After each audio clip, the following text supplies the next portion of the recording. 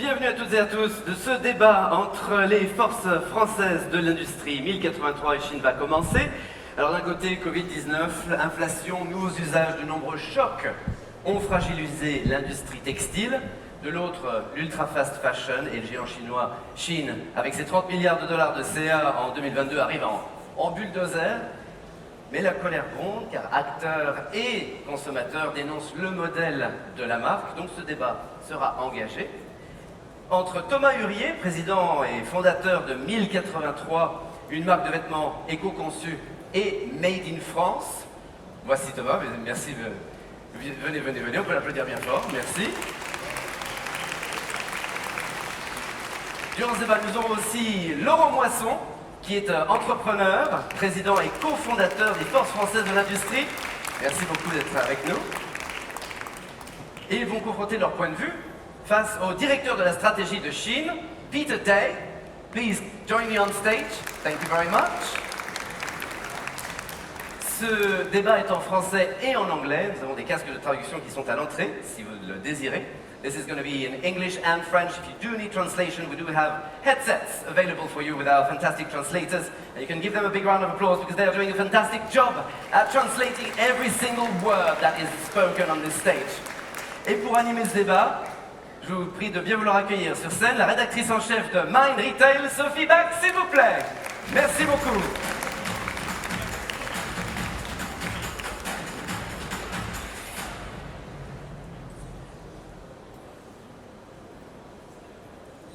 Bonjour à tous.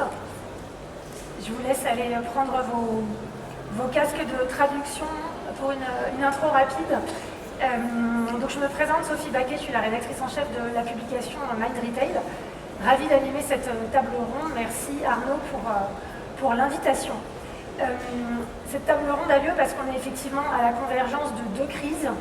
Une crise du pouvoir d'achat d'abord, selon le sondage IFOP qui est paru en juin. Ce sondage nous dit que le 10 du mois, en fait, vous avez 31% des Français qui ont moins de 100 € sur leur compte après avoir payé leurs dépenses obligatoires. Donc voilà, effectivement, tension d'inflation avec une inflation alimentaire qui reste sur des paliers très élevés en France et une crise climatique qui se traduit dans les modes de consommation, puisque Fox Intelligence nous disait à Paris Retail Week, la mardi, sur les e-shoppers français, que vous avez donc 35% des e-shoppers qui ont acheté des vêtements de seconde main l'année dernière, contre 22% des Britanniques. Par exemple, au Royaume-Uni, c'est plus 10 points en un an. Donc voilà, des modes de consommation qui se transforment. Donc merci à nos trois invités. Laurent, donc vous êtes fondateur des Forces françaises de l'industrie, Thomas, fondateur de 1083, tu vas nous raconter l'histoire de 1083, et Peter, donc merci à tous les trois d'être là cet après-midi. Je vous propose pour commencer un petit jeu qui va s'adresser à un jeu de ping-pong qui s'adresse à nos deux retailers, puisque donc on a Chine et 1083, pour que les auditeurs comprennent bien vos business models avec des chiffres clés. Donc c'est vraiment une première partie de la conférence qui va durer quelques minutes, où il faut vraiment répondre avec des chiffres pour que l'audience comprenne bien vos différents modèles. So Peter, I'm going to start with you. What were your annual revenue last year in 22? And do you plan a growth for this year? First off, bonjour à tous. Je parlais en anglais, je suis désolé. Je parle français pas très bien. To answer your question, we're very excited about our growth prospects as we continue to expand our marketplace model and we continue to be customer-led. Unfortunately, as a private company, I cannot get into details about our specific growth. And for the last annual revenue? We have seen very strong revenue growth continue across all of our markets, including in the European Union and France. We're very bullish about the future and believe that our platform, with its on-demand business model that generates extremely low waste levels and allows us to meet our customers' price expectations while providing high-quality, safe products, will continue to resonate across Europe. And unfortunately, I cannot give you specific numbers as a private company. What was communicated in the press was 16 billion in 21, just for our audience.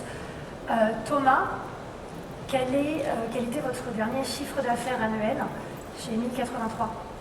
Alors moi, heureusement, je peux vous le dire, puisque heureusement on est en France, et en France on va publier ces chiffres d'entreprise, et donc nous faisons 12 millions d'euros de chiffre d'affaires, soit 1000 fois moins, 1500 fois moins, 1083 fois moins presque que Chine. Est-ce que tu pourrais parler en milliards, s'il te plaît? Ah non, alors 0,012 milliards d'euros de chiffre d'affaires. Voilà. Ok. Quel était votre taux de retour moyen chez 1083? Alors, nous, on parle de taux de retour pour le site internet. Oui. En fait, il y a 18% des commandes qu'on envoie qui reviennent et qui sont soit échangées pour une autre taille ou un autre modèle, soit remboursées. La moitié d'entre elles à peu près. 18%. And you, Peter, what is the average return rate at Shein? Our return rates have remained relatively static and very low because of the nature of our on-demand business model. Because we respond to actual demand and can adjust to trends in real time and have systematized sizing across our platform, we've been able to manage returns very aggressively. Unfortunately, though, I can't get into specific details about our return rate today. Okay. Can you tell us about your clients or not? How old are they? Are they mostly under 25, under 30? Who are they? So our core client demographic is identified as Generation Z, so these are consumers between 18 and 25. We've also seen very strong growth in older cohorts, particularly in the last year as we've launched an upmarket line called Motif. These customers range in age from approximately 30 years old to around 45 years old. And as our marketplace model continues to expand in the United States, we're seeing growth in all age categories. Okay. And you, Thomas? Alors nous, le jean, tout le monde en porte en fait. Les jeunes, les vieux, les catholiques, les musulmans, les gens de gauche, les gens de droite, les hommes et les femmes. Donc on a une clientèle assez diversifiée en âge. Néanmoins, on ne fait pas de gamme enfant. Donc on commence adulte. Et le cœur de notre marché, c'est les Français entre 30 et 40, 45 ans. Okay. In Mind Retail, we conducted a deep survey on unsold products. In the mass market category, we see that the rate of unsold product is around 10% in value. What is the rate of unsold product at Shein? Our unsold inventory rates are in the extremely low single digits, well below industry average. Under this figure. Unfortunately, I can't give you a precise figure. Again. Pardon, heureusement que vous appelez pas 1083 parce que quand vous êtes une marque dont le nom c'est un chiffre, si on ne peut pas parler de chiffres à chaque fois, ça complique un peu la communication. Absolument.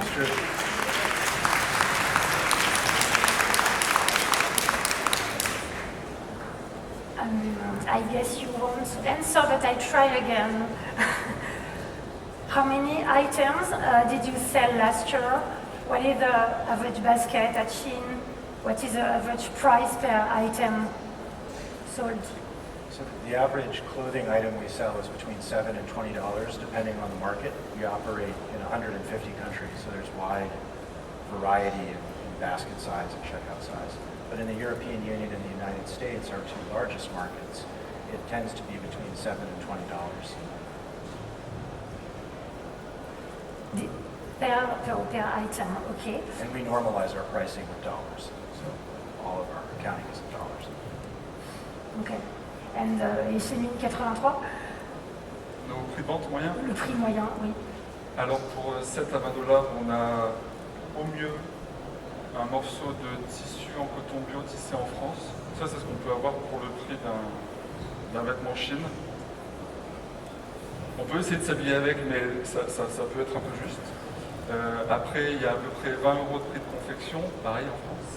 Et après, il y a toute la partie distribution. Et donc, nos jeans, ils se trouvent entre 100 et 130 € sur les modèles, avec la filature, la teinture qui sont la plupart du temps faits en France. Et ensuite, la coupe, l'ennoblissement, le tissage et la confection qui sont pour le coup systématiquement faits en France. C'est pour ça qu'on est certifié Origine France Garantie. Et vous étiez rentable l'année dernière? Oui, en fait, on a 10 ans aujourd'hui. Et on a tout le temps été rentable, sauf en 2019 où on a staffé un peu plus l'équipe. Donc on avait à peu près 5% de nos résultats en 2022. Okay. Et là, on aura certainement moins, puisque du coup, avec l'augmentation du prix des matières premières et de l'énergie, comme on ferait nos propres tissus dans nos tissages en France, et que fabriquer un tissu coûte beaucoup d'électricité et de gaz, et bien du coup, on va certainement avoir une rentabilité moindre cette année. Okay. And Peter, was Shein profitable last year? Yes, Shein was profitable last year and has been profitable since its founding 11 years ago. So we're just 1 year older than your business. Ok. Pour On a des points communs, du coup. Pardon. Ça va. Vas-y. Non, je disais qu'on avait des points communs. Mais oui, on va en trouver. C'est important aussi de comprendre vos outils de production. Thomas, pourquoi le nom 1083? Est-ce que tu peux nous expliquer ton modèle de production? Oui, 1083, c'est la distance qui sépare les deux villes les plus éloignées de l'Hexagone, de Menton au sud-est jusqu'à Porspoder, c'est un petit village au nord de Brest. Et donc notre démarche est de fabriquer tous nos vêtements, donc nos baskets, nos t-shirts, nos jeans, à moins de 1083 km de chez vous, où vous habitiez en France. Parce que le cœur du propos de 1083, c'est quand on est loin des conditions de fabrication des vêtements que l'on consomme, et bien en fait, on ne peut pas comprendre ce qui se passe et mesurer les catastrophes qu'il y a derrière. Alors que quand on est prêt, en fait, ça change tout, ça nous engage, ça nous investit et on se rend compte de ce qui se passe. Et donc au niveau social, au niveau environnemental, au niveau économique, les modèles de proximité sont beaucoup plus vertueux que les modèles lointains. Où en fait, c'est pas tant qu'ils sont plus vertueux, c'est que ça nous rend plus vertueux. En gros, la distance, elle nous déresponsabilise, elle nous désengage. Et ce qui fait qu'il y a un effondrement d'immeubles au Bangladesh, le Rana Plaza, en fait ça nous émeut mais 2 minutes, puis après on zappe et on passe à une autre émotion, alors que quand c'est près de chez nous, ça nous touche. Et donc si la distance désengage et déresponsabilise, la proximité elle engage, et donc nous on fait tout pour stimuler cette proximité, pour que vous en tant que consommateur, vous puissiez voir comment le jean est fabriqué, visiter nos usines, voir quelles sont les étapes de fabrication.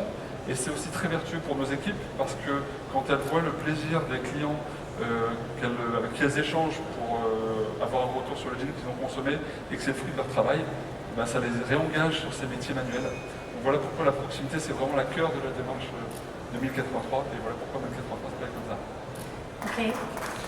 And last question in this first part of ping-pong game. Peter, so Shein is the third largest fashion retailer by sales worldwide, if I'm right. You don't have fully owned factories, but you work with subcontractors in 3 countries, Turkey, China and Brazil. Does the bulk of European sales come from the Turkish manufacturing? So our strategy going into 2024 and into 2025 is to try to further localize our operations, as you mentioned. I think our goal is to continue to expand our Turkish manufacturing base, but currently the bulk of the manufacturing remains in China. Okay, so the Turkish manufacturing doesn't provide the European demand right now. It doesn't meet This is European what you demand say. right now, but we are scaling it up. But it did just launch in late 2022, and we've been scaling it up in 2023. Okay. Okay, can you tell us the share of production that comes from China? We don't have a precise figure, but it's far and away the majority, including shipments into the European Union. Ok. Laurent, je te laisse, du coup, pour faire la transition avec notre deuxième partie, est-ce que tu veux te présenter, nous dire un petit peu ce que ça t'inspire? Alors d'abord, je me présenterai juste après, mais ça m'inspire beaucoup de compassion, déjà pour toi, parce que tu n'as pas eu beaucoup de réponses à tes questions. Et pour vous également, Peter, parce que je trouve que c'est très compliqué d'être envoyé à une plénière où on ne peut pas répondre aux questions qui sont posées. Donc je ne vous envie pas, mais je partage parfois peut-être votre solitude. Donc voilà, en tout cas, je salue le professionnel. Vous avez très bien non répondu aux questions. Alors, qu'est-ce que ça m'inspire peut-être en transition, ben voilà, deux modèles très différents qui sont nés, ça je ne savais pas, mais au même moment. Je ne sais pas ce que tu as foutu, Thomas. Fait exprès. Là, il va falloir s'y mettre quand même. Mais donc, il y a quand même un modèle qui fait entre 20 et 30 milliards, on n'aura pas de chiffres, un autre qui fait beaucoup, beaucoup moins. Et ensuite, une philosophie qui est différente. C'est qu'on voit que chez Thomas, il y a une transparence qui est au cœur du sujet. Et c'est pas, on se connaît un petit peu avec Thomas, puisqu'il adhère à notre club d'entrepreneurs et d'investisseurs pour le Made in France, qui s'appelle les Forces Françaises de l'Industrie. Donc on se fréquente un peu, hein, c'est pas que j'ai deviné ça immédiatement. Mais on voit bien qu'il y a un sens au cœur de son entreprise et que tout ce qui est fait est réfléchi pour correspondre à ce sens. Donc ça, c'est une démarche, j'allais dire, très actuelle, très moderne. Côté Shein, on est sur un modèle qui est moins transparent, où j'imagine on garde plus des secrets de fabrication, etc., comme ça arrive dans beaucoup d'entreprises, hein, il n'y a pas d'exception là-dessus. Mais c'est vrai qu'il y a une certaine opacité et on l'a bien vu aussi dans les façons de répondre. Encore une fois, je respecte les hommes, mais je vois bien que les réponses ne sont pas les mêmes. Donc voilà ce que m'inspire ce modèle ping-pong. Dernier élément, évidemment, une industrialisation très poussée, avec j'imagine des coûts très bas, qui permettent de vendre très bas. Tu as commencé la table ronde en disant qu'il y avait un problème de pouvoir d'achat. Bon, bah, évidemment, ça adresse complètement ces cibles-là, ou alors des jeunes, je vois qu'il y en a quelques-uns ici, qui, en rentrant des marches pour le climat, peuvent s'acheter un t-shirt made in China et le jeter juste après. Donc c'est bien, je pense qu'il y a de quoi faire. C'est vrai que en fait, la mondialisation de la mode ne date pas non plus de Chine.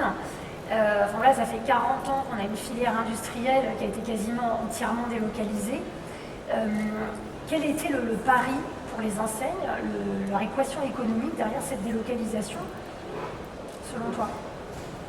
Alors, d'abord, il faut bien comprendre que ça n'a pas été c'est pas venu uniquement des marques et des enseignes. Cette histoire de délocalisation massive vers la Chine ou vers d'autres pays, ça a été une décision géopolitique. C'est-à-dire qu'à un moment donné, on était à la fin de la guerre froide, il y avait encore un grand pays qui pouvait faire un peu peur, qui était communiste, et quand les portes ont commencé à s'ouvrir, il y a beaucoup de pays qui se sont dit, notamment les États-Unis, que pour sortir ce pays de cette idéologie qui était l'ennemi, on va dire, de celle du monde libre à l'époque, eh bien, il fallait industrialiser, il fallait envoyer des entreprises, il fallait faire tout ça. Donc il y a eu des accords qui ont été passés avec la Chine, qui a ouvert son territoire, mis à disposition sa main-d'œuvre qui était très miséreuse, donc très pauvre, et il y a eu un appel d'air avec un certain nombre de marques qui sont allées s'installer là-bas, qui ont délocalisé leur unité de production, pas que dans le textile, dans tous les métiers. Ça a été plus ou moins rapide en fonction du niveau de complexité technologique, et au bout d'un moment, celles qui ont décidé de rester, notamment dans le textile, il y a eu beaucoup de marques qui ont dit non, moi je veux rester produire en France, en Europe, etc. Elles ont été sous une pression concurrentielle telle que soit il fallait qu'elles se mettent dans des niches pour pas être trop concurrencées, soit il fallait qu'elles délocalisent également, soit elles mouraient. Voilà. Donc voilà ce qui s'est passé. C'est peut-être 40 dernières années. Et donc c'est tout un modèle qui a été réfléchi pour faire de la Chine l'atelier du monde. Et on s'est dit, c'est super, ça les fera sortir du communisme. Ça a foiré, on peut le dire. Et deuxièmement, on va garder toute la valeur ajoutée, c'est-à-dire la conception, le marketing, le design, etc. en Europe. Alors d'abord, moi ça me pose un problème, c'est que je ne vois pas pourquoi on estimerait que les métiers que je viens de citer seraient à plus grande valeur ajoutée que la production elle-même. Les métiers manuels sont des métiers à valeur ajoutée, et on voit d'ailleurs que quand on n'en a plus, on a des gros problèmes pour réindustrialiser. Et deuxièmement, on voit que finalement, là aussi, on s'est complètement planté parce que la séparation des tâches à l'échelle internationale n'a pas fonctionné. C'est-à-dire que c'était autour de l'usine qu'on s'est mis à inventer, Et donc, en fait, les métiers de conception, les métiers de design et de plus en plus de marketing sont en train de partir là où on produit. Et quand on voit une tentative de réindustrialisation, qui est un succès en 1983, on voit bien que très très vite il y a une logique de production. Il n'y a pas d'abord je fais ma marque et ensuite j'envoie tout là-bas et puis après on verra. Thomas, donc 1083, vous êtes vendu en ligne et également auprès de revendeurs. Qui sont ces revendeurs? Voilà, quel est leur profil? Et est-ce que demain, on pourrait imaginer une internationalisation du modèle, de se dire, voilà, je lance 1083 en Espagne ou en Allemagne? Alors sur la partie distribution, nous, notre problème c'est qu'on a plus de demandes que de capacité de production. Et donc c'est grâce à ça qu'on crée des emplois. Tant qu'on a ce problème-là, ça veut dire qu'il faut qu'on produise plus que ce qu'on sait faire aujourd'hui. Donc ça veut dire qu'on crée des usines, des ateliers, qu'on développe de l'emploi local. Donc pour l'instant, depuis 10 ans, on continue de créer des ateliers. Et l'équilibre qu'on cherche, c'est 50% de vente web sur 1083.fr et 50% de vente au magasin. Dans nos propres magasins, on en a 5. Rue de Turenne à Paris, et puis à Lyon, Grenoble, Nantes et Romans. Et 130 revendeurs partout en France qu'on accepte au fur et à mesure qu'on a les capacités de les livrer. Et donc cet équilibre, on le chérit, parce qu'en fait, si on se disait, bah, tiens, le web ça cartonne, on mise tout sur le web, ça va nous rendre fragiles du Covid si les magasins ferment. Et à l'inverse, si on se dit les magasins cartonnent, on investit sur les magasins et pas sur le web, et bien en fait ça va nous rendre fragiles d'un autre virus, un virus informatique par exemple, qui viendrait faire chuter les ventes de nos sites internet et donc mettre à mal la filière qu'on construit. Donc on est vraiment très concentré sur ce 50-50, sur cet équilibre. Et après, pour la partie internationale, notre délire, c'est la proximité. Donc en fait, le but du jeu, c'est certainement pas d'acheter en France des jeans, puisqu'on ne veut plus acheter en France des jeans fabriqués au bout du monde, en fait, ça n'a pas de sens de faire travailler dans l'autre sens. Donc exporter les jeans, pour nous, ça n'a pas de sens. Okay. Par contre, ce qui ferait sens, et ce sur quoi on est prêt à travailler, on a déjà pas mal de boulot avec le Made in France, ce serait de développer d'autres filières locales. Donc si demain on doit vendre des jeans 1083 aux États-Unis ou au Portugal ou en Éthiopie ou que sais-je, en fait le concept de 1083 c'est de développer des filières locales, c'est-à-dire de développer des usines aux États-Unis, au Portugal ou en Éthiopie. Ok. Peter, in the US you have made a very interesting move last month because you have just signed a deal with Spark, which is a parent company of Forever 21 and other brands. And you plan to open corners in their physical stores. Why such a move?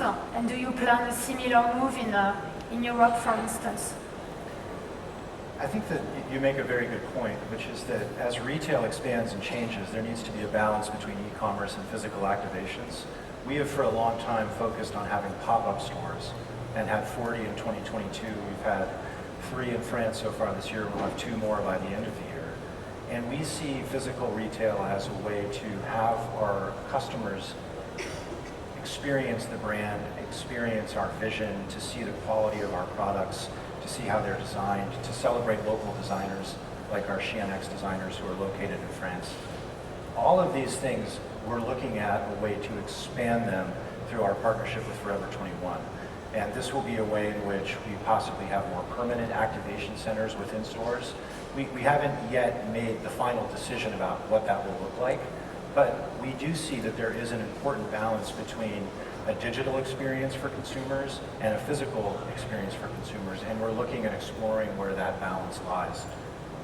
To your question about Europe and France, I do think that we are open to partnering with brands of all stripes, and we are open to learning from and engaging with any number of producers at any scale or size, both who share our value of being a responsible business, but also who can meet our customers' tastes and expectations. Okay. And last year we also have seen several fashion retailers like Boohoo and even Amazon, which have decided to charge for online returns, but to keep operating free in-store returns. Is it a move that an omni-channel strategy could allow at Shein? So I think as we explore omni-channel, I think some of the benefits could be more efficient, less intensive returns. So these would lower the carbon impact of returns. I think another exciting opportunity is for recycling. So as we look to design new fabrics and design garments in new ways that are more recyclable, having an in-store footprint where our customers can engage directly with us on recycling programs could be exciting. I think really this is early days and we haven't decided exactly how we will engage, but I do think there are lots of opportunities, two of which you mentioned. Ok. On doit... Pardon. Vas-y, bien Je sûr. suis étonné parce que sur votre site internet, on trouve dans les bas-fonds de votre site internet une partie RSE où tout est formidable. Franchement, j'étais inquiet pour le réchauffement climatique, mais après avoir lu votre partie RSE, je me suis dit on est sauvé. Au niveau social, c'est parfait, au niveau environnemental, c'est parfait. Et là, vous dites qu'au niveau recyclage, ce serait bien de commencer à travailler sur le sujet. Mais sur votre site, vous indiquez que c'est 60% de vos matières premières qui sont recyclées. Alors du coup, je suis surpris de ne pas entendre 60% de votre bouche. So we have a fabric standard called the Evolution by Design standard, and this is a fabric material that uses 30% post-consumer recycled material to manufacture our garments. What we're speaking about is the end of life. So when a garment has been purchased, already manufactured, and is now ready to be changed, we offer retail exchange. It's called a peer-to-peer network. It's applied in the United States. It will be coming to Europe very shortly. And this Shein Exchange is one way in which we do that. The second way is through this recycling program. We offer that at our pop-ups today, but we'd like to see it expand, and that could be one way in which physical retail could help us. But what we're speaking about is post-purchase recycling, not the manufacturing of the garments, which is what I think you were reading about in our ESG report. On a un petit délai de traduction dans l'oreillette, mais comme les auditeurs, vous le délai. Très bonne question. Merci Thomas. So Peter, effectivement, you launched Shein Exchange 1 year ago in the US. As a fast fashion company, I mean the core of your business model is to manufacture products that don't last long. So which brands do you sell in the exchange platform for second-hand? And how do you consider second life regarding Shein products in particular? So I think first and foremost, our primary goal is to manufacture high-quality garments that resonate with their customers. And I think the perception that our garments are disposable is false. We make high-quality, affordable, and accessible clothing. In terms of the Shein Exchange in particular, it is a peer-to-peer resale exchange designed for Shein clothing exclusively. So customers who have purchased a Shein item, we call them pre-loved items, can use the Shein Exchange to sell it to other customers who may be interested in that garment. This program allows us to realize some efficiencies, and it allows our customers to engage with the platform in a very easy and direct way. We've seen very strong connections with our customers through this platform in the United States. We have over 1 million users of it today in the US. It's accessible directly via the US version of the app, and similar capabilities will be coming to Europe. And this is offered as a service. It's not a profit center for us. We don't plan to use it as a profit center. It's a tool to allow our customers to engage in circularity, which is something that we hold as a core value as a company. Is it a profitable business? Juste un commentaire là-dessus, parce que je crois qu'il y a quand on compare des taux de retour, il faut voir aussi quelles sont les pratiques. Quand on a un vêtement à 5 €, 6 € et que c'est compliqué, parce que j'ai été interviewé quelques clientes, jeunes clients de Shein, et il y a parfois une sorte de je sais pas comment le rendre, ou parce que c'est pas très évident. Donc quand ça coûte 5 €, on jette.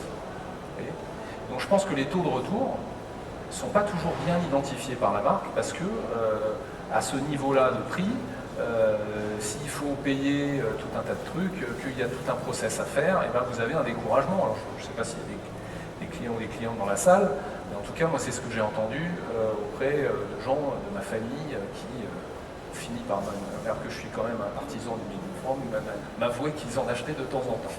Voilà. J'étais très triste, mais ça m'a quand même appris ce que je suis en train de vous dévoiler. Qu'est-ce que, Laurent, On a la loi sur l'affichage environnemental là, qui se profile donc de façon optionnelle à partir de janvier 2024 et obligatoire janvier 2025 sous peine d'autres retards. Mais en tout cas, voilà, le programme actuel. Qu'est-ce que tu penses de cette législation? Alors, sur l'affichage, j'y crois très peu. Parce qu'on voit très bien, enfin, il y a suffisamment eu de reportages sur la fast fashion, sur Chine, sur d'autres, démentis, pas démentis, peu importe, mais qui créent le doute. Et on sait très bien que c'est un achat qui est moins vertueux, qu'il deviendra peut-être, hein, parce que j'ai bien noté que vous avez dit que vous envisagiez de relocaliser dans un certain nombre de pays, donc ça serait merveilleux, mais en attendant, ça n'est pas fait. Donc, je ne crois pas que les gens qui achètent, en tout cas que la plupart des gens qui achètent, ne soient pas au courant que ça pose problème. Et pourtant, ils le font. Donc je ne vois pas pourquoi le fait de mettre une étiquette qui dise « attention, on vous informe », va régler les choses. Alors c'est possible pour une partie, je pense, des consommateurs. Je trouve que c'est sain pour beaucoup d'autres acteurs, mais je ne suis pas certain que ça règle complètement le problème. Je pense qu'on a un problème de responsabilité et de cohérence entre ce qu'on raconte dès qu'on a un micro pour dire qu'on est vertueux et de qu'est-ce qu'on fait au moment où, en face de son site internet, on compte ses sous et on achète ou pas quelque chose. Oui, moi je voulais revenir sur ce que tu disais, je suis tout à fait d'accord. S'il suffisait de lire Fumais-tu pour s'arrêter de fumer, en fait, plus personne fumerait. Et c'est pas le cas. Donc en fait, tout ce qui est de l'ordre de l'individu, c'est normal de le mettre à la responsabilité du consommateur qui choisit ce qu'il fait ou ce qu'il ne fait pas. Mais en fait, à la fin, avec toutes ces étiquettes, on s'y perd, ça fait trop de choix dont la plupart d'entre eux ont des conséquences trop lointaines. Fumer, c'est le cancer, c'est dans 30 ans. Donc c'est moins grave que si c'était dans 30 jours, si la proximité de la conséquence était immédiate. Et bien, la surconsommation, la fast fashion, c'est pareil. La conséquence est si lointaine que le consommateur dans son magasin Romans-sur-Isère, en fait, il ne va pas appréhender ça de la manière la plus idéale. Et en réalité, si l'État, si la collectivité sait qu'il y a un truc qui est bien, un truc qui n'est pas bien, c'est son rôle de légiférer et de dire ça on a le droit, ça on n'a pas le droit. Je veux dire, dans la fast fashion, on parle beaucoup du pouvoir d'achat. C'est bien gentil de faire attention au pouvoir d'achat des gens, mais si la fast fashion faisait économiser des gens aux Français, ils ne feraient pas tous ces milliards d'euros de chiffre d'affaires. Ça vient des Français. Donc en fait, c'est juste qu'au lieu d'avoir le plaisir d'acheter un vêtement, eh ben, on a récompensé de plaisir le consommateur qui en a acheté 5, donc il est 5 fois plus content parce qu'il a 5 fois le kiff d'avoir acheté, mais ça nous coûte cher. Et ça nous coûte cher économiquement, ça nous coûte cher aussi en termes d'emploi, ça nous coûte cher aussi pour la santé. Moi je compare la fast fashion à la fast food. La fast food, ils excitent les consommateurs, ils nous stimulent, ils créent le désir en mettant du sucre partout. Vous avez du sucre, un morceau de sucre dans un hamburger. C'est quand même dommage, on pensait manger de la viande, mais on a du sucre dedans, et c'est ce qui nous stimule notre désir.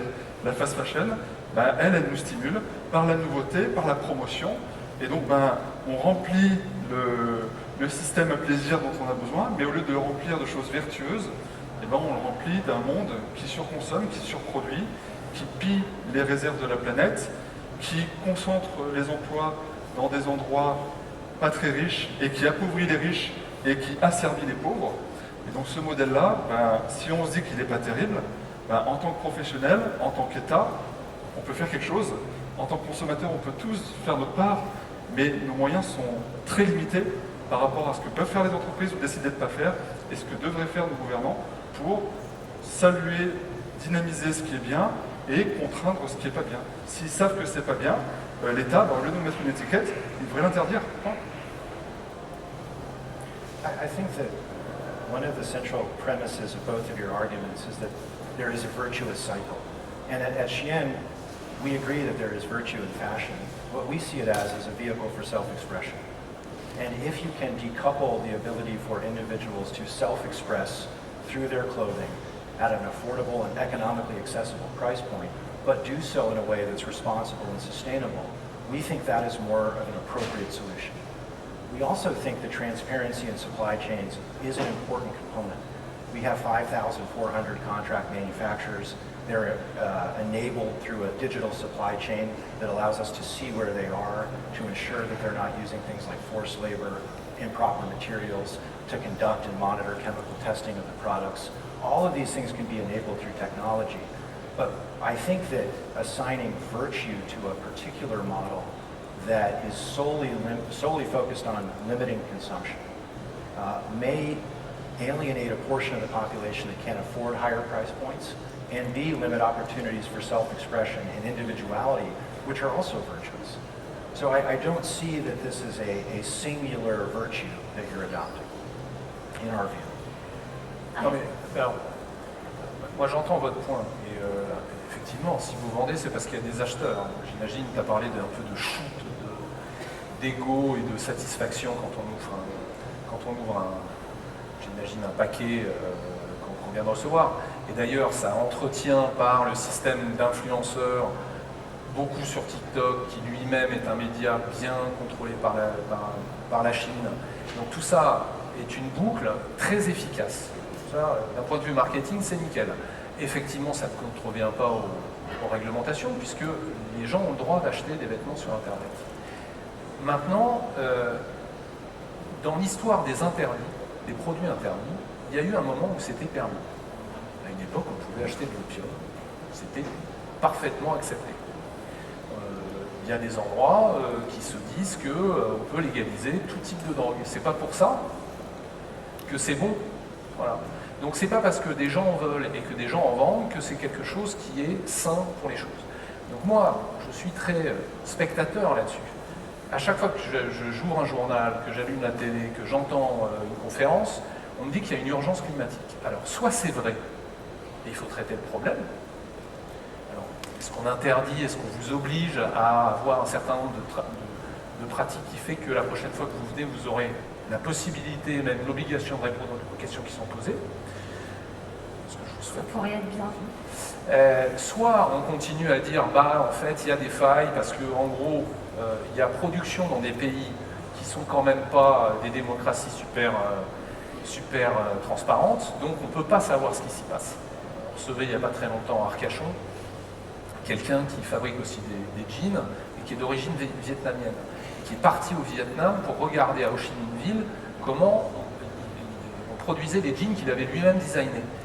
Il a visité, parce qu'il était vietnamien, il a eu accès à des centres de production que vous et moi, on ne peut pas visiter, parce qu'on ne va pas nous amener dans ces endroits-là. Il est tombé en dépression, et je ne plaisante pas, c'est-à-dire qu'il a décidé de faire du Made in France en sortant de ça. On ne se rend pas compte du mal qu'on fait. Donc, moi, l'argument qui est de dire, jusqu'à maintenant, on fait des choses qui sont légales et on fait plaisir aux clients, oui, moi, je n'irai pas vous contredire sur ce point. Le point, et on parle de vertu, on parle de morale, on parle de trucs peut-être un petit peu conceptuels, mais c'est ça l'enjeu. L'enjeu, c'est est-ce qu'on laisse faire des choses qui certes sont permises, mais détruisent la collectivité. Bon. Moi, je vous souhaite de relocaliser au plus vite possible parce que j'ai une conviction forte, c'est que bientôt, si ce n'est pas vous qui décidez de le faire, vous y serez obligé, ou vous ne pourrez plus vendre. I have a last question because our time is running out. Last question for Peter. How do you consider the European legislation to tax imported carbon? So I think it's important to note that if there are... I think it's a good legislation, or no? So we don't comment on specific policies, but in general, if there is a change, we're excited to follow it. And I think our position as a company is that there is a climate emergency, that we have a role to play in addressing it along with other participants in the fashion industry. And we're looking forward to taking on that role and fully complying with any laws that come into effect. But I would just like to respond briefly. I think the analogy between our product and narcotics is a little unfair. We all wear clothing. We all wear clothing that's sourced from multiple locations. And despite our best efforts, there is no cotton production in France. You're sourcing your raw cotton from another country. And those supply chains can be opaque and difficult to trace. So I think the notion that there is some sort of moralistic ban that can be approached and analogizing fashion to narcotics probably overstates the case. Now, it is important that there are changes, and there are important changes to fabrics and supply chains that we embrace and are working to advance as an industry. But I think that a total ban and a comparison to narcotics probably overstates the case, in our view. Je suis sûr que vous allez prendre toutes les mesures nécessaires pour que ça n'arrive pas, parce que je vous sais très efficace.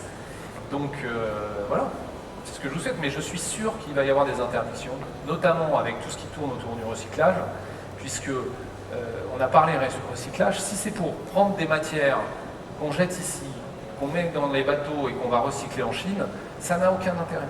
Donc ça veut dire qu'il va falloir relocaliser, enfin, avoir un circuit de recyclage à moins de 1500 km, hein, pas 1083, mais presque. Et comme ça, ça veut dire qu'on aura une traçabilité bien plus importante. Et ça va tomber, c'est déjà dans les décrets, c'est en train d'arriver, donc forcément il y aura des adaptations à ce niveau-là. Et puis, encore une fois, la question c'est comment on fait les choses. Alors, on produit du coton en France, en partie dans la Drôme et dans le Gers, et on le mélange à du coton recyclé, justement pour décupler les rendements de nos champs de coton qui sont cultivés en agriculture raisonnée, donc sans pesticides, sans dopage, en quelque sorte, de la production des champs. Donc ça, c'est possible en France.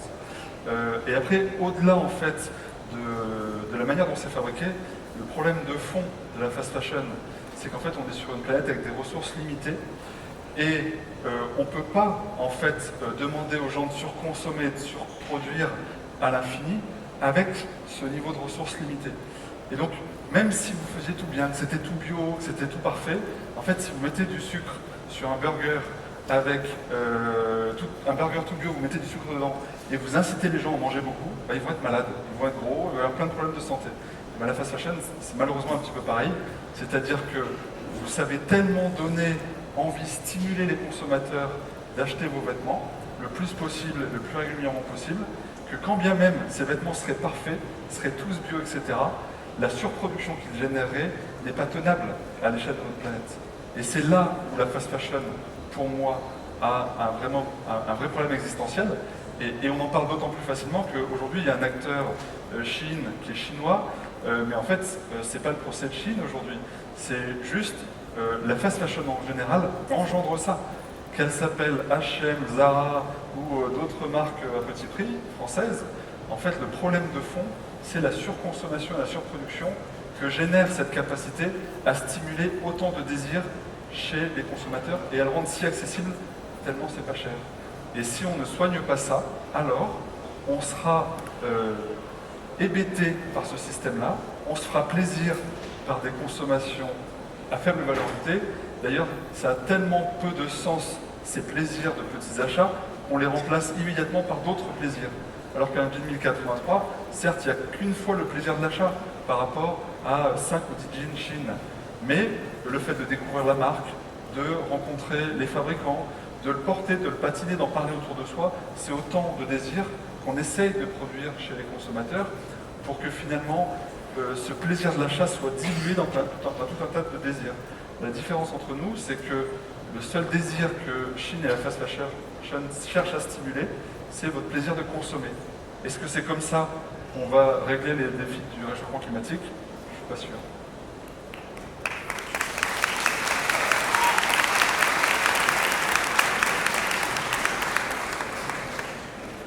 So I think that one of the misconceptions about our business is that we produce a lot of clothing. What we do is instead of focusing on supply, we focus exclusively on demand. And this means that using our digital supply chain, we're able to produce only between 1 to 200 copies of a particular garment SKU for the entire world. And the net effect of this is to dramatically reduce our excess inventory waste, our excess fabric wastes. So when you're talking about overproduction, that's really something that we feel we have something to contribute to these discussions about solutions. By dramatically lowering overproduction and virtually eliminating it from our supply chain, by focusing on demand exclusively, we're essentially a sell-through business. So we don't carry inventory, and we don't have this waste problem that I think you've associated with us. Alors, j'entends cette volonté de produire à la demande grâce à votre supply chain, etc. Néanmoins, quand on produit à la demande, on n'a pas besoin de faire de promotion, puisqu'en fait, on n'a pas de surstock. Or, quand on regarde votre site internet, il n'y a que des promotions. Ça veut dire que soit ces promotions sont fausses, c'est-à-dire que vous faites croire que ça valait 20 et en fait ça vaut 12 pour stimuler la consommation. Donc c'est-à-dire que vous vendez en promotion des articles que vous n'avez pas encore produits. Donc ça veut bien dire que vous stimulez la consommation. Soit En fait, vous avez plein de stocks et ces promotions sont réelles. Et à ce moment-là, du coup, vous n'êtes pas en production à la demande, vous avez plein de stocks à écouler. Mais c'est pas possible, c'est pas cohérent en fait de dire d'un côté je produis à la demande et d'un autre de voir votre site internet où 95% d'offres est en promotion. Comment vous expliquez ce décalage entre ce que vous dites et votre offre avec un tel niveau de promotion? So one of the tools that we use, as you do on your website as well, is audience engagement technologies, and these involve gamification. And we've seen through our global platform that these types of gamification tools are very exciting and welcomed by our customers. But you're right, we are a business, we are trying to sell products to our customers, but the way in which we're trying to sell them is to encourage them to tell us what they think they want to wear and then to produce in response to that measured demand. So I think as you look at the online experience for an online-only business, we do not have the ability to create a storefront experience. We have to engage with our customers through different immersive means, and these are the means that we've chosen. And they've been very successful for our business to date. But to your point, I think there are conversations that are important to have about how do you become a more sustainable brand. And we obviously have a lot to learn, and we're continuing to speak to stakeholders, and yourselves included, to learn how we can do better. Okay. We didn't really hear your answer. As the third largest fashion retailer to climate crisis with a world at plus 4 degrees and plus 10 degrees in some regions. So we believe that retailers also have a duty to commit and to give a concrete path to this, to tackle the climate change. But you told us that you didn't want to take questions from the audience. Can you make an exception for us today? Sure, I'm happy to. Yeah? Oui, on va prendre les questions du public. Thank you.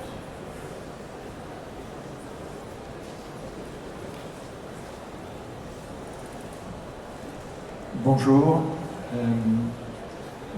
J'imagine que tous les colis qui sont livrés en France le sont par... Hi sir. I guess all the parcels you deliver every day in France come by plane? It depends on the particular parcel. Most of our products are imported via airplane, that's correct. But some are also done via return and refulfillment from our return and refulfillment center in Poland. Some are also coming in by ocean freight, where they're distributed from our return and refulfillment center in Wrocław, Poland.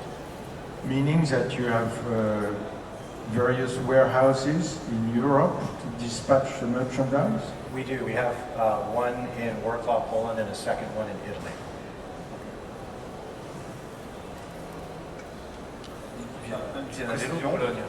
Petite précision, j'ai regardé vos promesses RSE et sur vos promesses RSE, vous dites que vous limitez au minimum les trajets en avion pour les livraisons de vos commandes.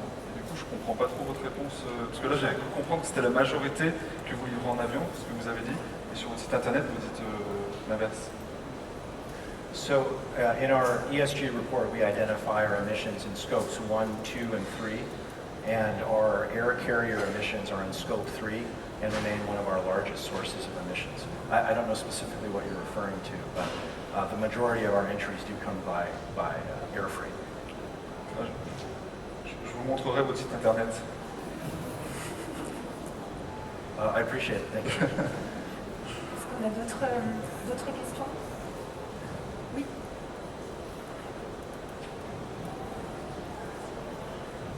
Bonjour, j'ai deux questions à vous poser. Un rapport de Greenpeace avait révélé que 15% des vêtements analysés de Chine étaient contaminés avec des contaminants à des hauteurs supérieures à la législation européenne.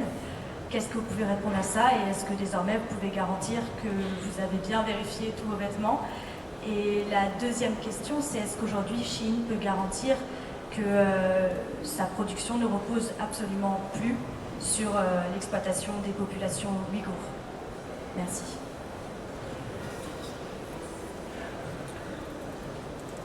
So we conduct over 300,000 chemical tests of our products and have a very long and sophisticated chemical safety requirement that means that all of our suppliers are prohibited from using substances that are banned in countries like France, the United States, Canada, and really throughout the world. And our objective is to make high quality, safe, fashionable clothing.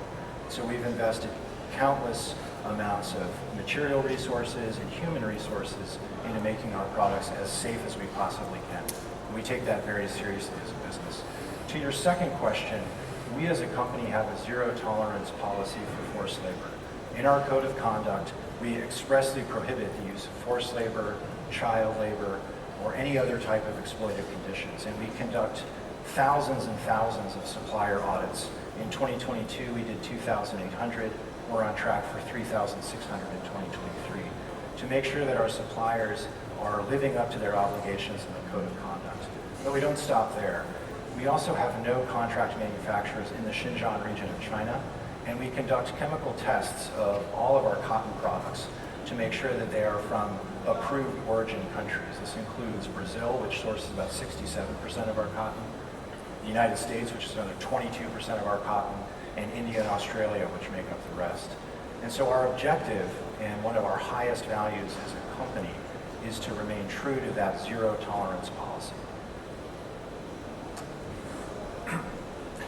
One last question, une dernière question. J'aimerais juste rebondir sur ce qu'a...